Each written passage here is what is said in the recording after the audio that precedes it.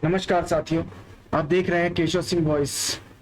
जैसा कि आप स्क्रीन पर देख रहे हैं, सुप्रीम कोर्ट आज सुप्रीम कोर्ट की तरफ से दो निर्णय हुए। एक दिल्ली सरकार बनाम उपराज्यपाल, दूसरा महाराष्ट्र सरकार। पहले हम बात करते हैं दिल्ली सरकार बनाम उपराज्यपाल। यहाँ पर सुप्रीम कोर्ट का फैसला जो है वो दिल्ली सरकार के पक्ष में आया है। दिल्ली सरकार के पास लोक व्यवस्था, पुलिस और भूमि को छोड़कर सेवाओं पर विधायी शक्तियां रहेंगी। कोर्ट में क्या हुआ, क्या बातें हुई, किस तरह की बातें हुई, वो आइए उसका सिलसिलेवार ढंग से हम इसको जानने की कोशिश करते हैं। हम उसे देखते हैं कि कोर्ट में ये मामला गया क्यों, क्या मामला था। गुरुवार आज के दिन 11 मई 2023 को निर्णय आया है। सार्वजनिक व्यवस्था, पुलिस और भूमि संबंधित मामलों को छोड़कर राष्ट्रीय राजधानी में प्रशासनिक सेवाओं पर दिल्ली सरकार का नियंत्रण रहेगा। जैसा कि अब तक हमने देखा कि दिल्ली सरकार बनाम राज्यपाल का कई मौकों पर झगड़ा आपस में, जबकि हम सभी जानते हैं कि जो ये दिल्ली के जो राज्यपाल हैं वो खुद से तो नहीं, लेकिन सरकारी जो केंद्र सरकार के आदेश पर ही वो कार्य करते हैं, उनकी अपनी कुछ तो होती नहीं है। दिल्ली सरकार का नियंत्रण है। उपराज्यपाल लोक व्यवस्था, पुलिस और भूमि को छोड़कर सेवाओं पर दिल्ली सरकार के फैसले से बंधे होंगे। चीफ जस्टिस जो इसके थे वो DY Chandrachud, justice MR Shah, justice Krishna Murari, justice Hema Kohli और जस्टिस PS नरसिम्हा की संविधान पीठ ने जस्टिस अशोक भूषण के दृष्टिकोण से असहमति जताई। 2019 का एक खंडपीठ के आदेश में उन्होंने कहा था कि सेवाएं पूरी तरह से दिल्ली सरकार के दायरे से बाहर हैं। संवैधानिक पीठ ने कहा कि दिल्ली की विधानसभा प्रतिनिधि लोकतंत्र के सिद्धांत का प्रतीक है। उसे जन आकांक्षाओं का प्रतिनिधित्व करने के लिए कानून बनाने की शक्तियां दी गई है। इस प्रकार अनुच्छेद 239 AA को प्रतिनिधि लोकतंत्र के हित को आगे बढ़ाने के तरीके में व्याख्या की जानी चाहिए, ऐसा सुप्रीम कोर्ट का कहना है। फिर पीठ ने कहा यदि लोकतांत्रिक रूप से निर्वाचित सरकार को अधिकारियों को नियंत्रित करने की शक्तियां अगर नहीं दी जाती हैं, तो जवाबदेही की त्रिस्तरीय श्रृंखला का सिद्धांत निरर्थक होगा। यदि अधिकारी मंत्रियों को रिपोर्ट करना बंद कर देते हैं या उनके निर्देशों का पालन करना बंद कर देते हैं, नहीं करते, तो सामूहिक जो उत्तरदायित्व या सिद्धांत प्रभावित होता है। यदि सेवाओं को विधायी और कार्यकारी परिक्षेत्र से बाहर रखा जाता है, तो मंत्रियों को उन सिविल सेवकों को नियंत्रित करने से बाहर रखा जाएगा जिन्हें कार्यकारी निर्णयों को लागू करना है। फिर पीठ का यह भी मत था कि यदि अधिकारियों को लगता है कि वे सरकार के नियंत्रण से अछूते हैं, तो यह उत्तरदायित्व को कम करेगा और शासन को प्रभावित करेगा। फिर पीठ ने कहा कि सरकार के एक लोकतांत्रिक रूप में प्रशासन की वास्तविक शक्ति सरकार की नव निर्वाचित शाखा पर होनी चाहिए। हालांकि संविधान पीठ ने यह स्पष्ट कर दिया कि अनुच्छेद 239 AA की विधायी संरचना GNCTD की विधानसभा की शक्तियां से निर्दिष्ट प्रविष्टियों को बाहर करती है। यानी सूची 2 की प्रविष्टि 1, 2 और 18 में सूची 7 सार्वजनिक व्यवस्था, पुलिस और भूमि की प्रविष्टियां हैं।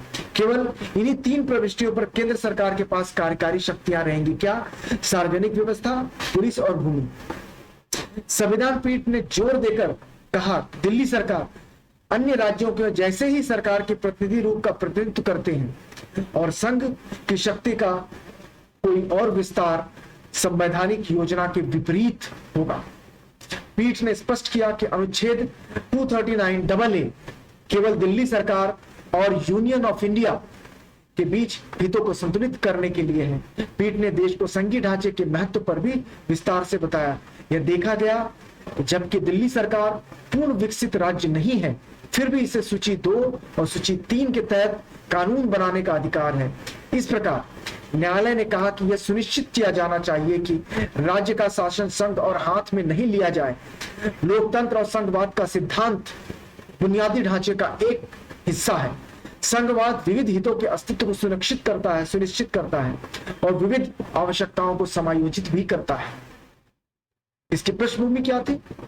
मामलों में मुद्दा यह था कि क्या दिल्ली सरकार के पास संविधान की सूची 7 सूची 2 और प्रविष्टि 41 के तहत सेवाओं के संबंध में विधायी और कार्यकारी शक्तियां हैं और क्या विभिन्न सेवाओं जैसे आईएएस, आईपीएस, दैनिक्स और BANIPS के अधिकारी जिन्हें केंद्र सरकार दिल्ली को आवंटित करती है, उन पर दिल्ली सरकार का प्रशासनिक नियंत्रण है। फरवरी 2019 में सुप्रीम कोर्ट के 2 जजों ने अलग अलग विचार व्यक्त किए थे, जिसके अनुसार इस मामले को उसका समाधान के लिए 3 जजों के बेंच के समक्ष रखने का निर्देश दिया गया था। जस्टिस AK सिकरी ने माना कि संयुक्त सचिव के रैंक और उसके ऊपर के अधिकारियों के स्थानांतरण और पोस्टिंग दिल्ली के लेफ्टिनेंट जनरल की शक्तियों पर अधीन है, अन्य अधिकारी दिल्ली सरकार के नियंत्रण में है। जस्टिस अशोक भूषण ने यह माना कि सेवाएं पूरी तरह से दिल्ली सरकार के दायरे से बाहर हैं। संविधान पीठ ने आज यह भी कहा कि फैसले में अशोक भूषण सहमत नहीं है। भारत के तत्कालीन मुख्य न्यायाधीश NV रमना ने 2022 में विवाद के फैसले करने के 3 जजों के बेंच का गठन किया। बाद में 3 न्यायाधीशों की पीठ ने कानूनी विवाद संबंधित सीमित प्रश्नों का एक संविधान पीठ को संदर्भित किया। इसके बाद chief justice DY Chandrachud, justice MR Shah, justice Krishna Murari, justice Hema Kohli और जस्टिस PS नरसिम्हा के 5 जजों के बेंच में इस विवाद की सुनवाई शुरू की और उन्होंने अपना फैसला दे दिया। तो इस तरह से इस मामले में जो ये एक तरह से ये सुनवाई हुई और ये देखा गया। अब जो दूसरा जो पहलू जो आया है वो ये है कि महाराष्ट्र का मामला कि सुप्रीम कोर्ट ने राज्यपाल और स्पीकर ने गलती की है, लेकिन उद्धव सरकार को बहाल नहीं कर सकती। उद्धव सरकार को बहाल ना करने का कारण है कि उन्होंने बिना फ्लोर टेस्ट दिए जो उन्होंने त्यागपत्र दे दिया, इस्तीफा दे दिया और जो 2 शब्दों में जो उन्होंने त्यागपत्र में लिखा था कि वो नैतिक आधार पर दे रहे हैं। यदि वो फ्लोर टेस्ट अगर उन्होंने पास कर लिया होता, फ्लोर टेस्ट अगर उन्होंने दिया होता, वहां पर वो फेल हो गए होते, तो भी आज उन्हें फिर से मुख्यमंत्री पद पर हम देख सकते थे। हम अब ये देखते हैं कि कोर्ट में किस तरह से क्या क्या दलीलें रखी गई, क्या बातें कही गई। शिवसेना में फूट से संबंधित जो मामले थे उसमें उद्धव ठाकरे सरकार के बहाली का आदेश नहीं दे सकती, क्योंकि फ्लोर टेस्ट का सामना इन्होंने नहीं किया, इस्तीफा दे दिया। हालांकि बेंच ने यह माना कि फ्लोर टेस्ट के लिए राज्यपाल का फैसला और व्हिप नियुक्त करने का स्पीकर का फैसला गलत था। पीठ ने नबाम रेबिया मामले में दिए गए फैसले को भी बड़ी पीठ को भेज दिया। Chief justice of India DY Chandrachud, justice MR Shah, justice Krishna Murari, justice Hema Kohli और जस्टिस PS नरसिम्हा की संविधान पीठ ने 14 फरवरी 2023 के मामले में सुनवाई शुरू की थी और 16 मार्च 2023 को फैसला उन्होंने सुरक्षित रख लिया था, जो उन्होंने आज 11 मई 2023 को दिया। गोगावले को व्हिप नियुक्त करने पर भी स्पीकर ने इसे अवैध करार दिया। सुप्रीम कोर्ट का मानना है कि शिंदे समूह द्वारा समर्थित गोगावले को शिवसेना पार्टी ने जो व्हिप के रूप में नियुक्त करने का जो स्पीकर का जो फैसला, जो निर्णय अवैध था। पीठ ने टिप्पणी की कि लोगों द्वारा सीधे चुने गए विधायकों का कर्तव्य कार्यपालिका को जवाबदेह ठहराना है और संविधान के अनुच्छेद 212 का अर्थ यह नहीं लगाया जा सकता कि सदन के सभी प्रक्रियात्मक दुर्बलताएं न्यायिक समीक्षा के दायरे से बाहर है। फिर इन पीठ ने कहा यह मानना है कि यह विधायी दल है जो व्हिप नियुक्त करता है, इसका मतलब राजनीतिक दल से उसे अलग करना होगा। इसका मतलब है कि विधायकों का समूह राजनीतिक दल से अलग हो सकता है। व्हिप द्वारा नियुक्त राजनीतिक दल 10वीं अनुसूची के लिए महत्वपूर्ण है।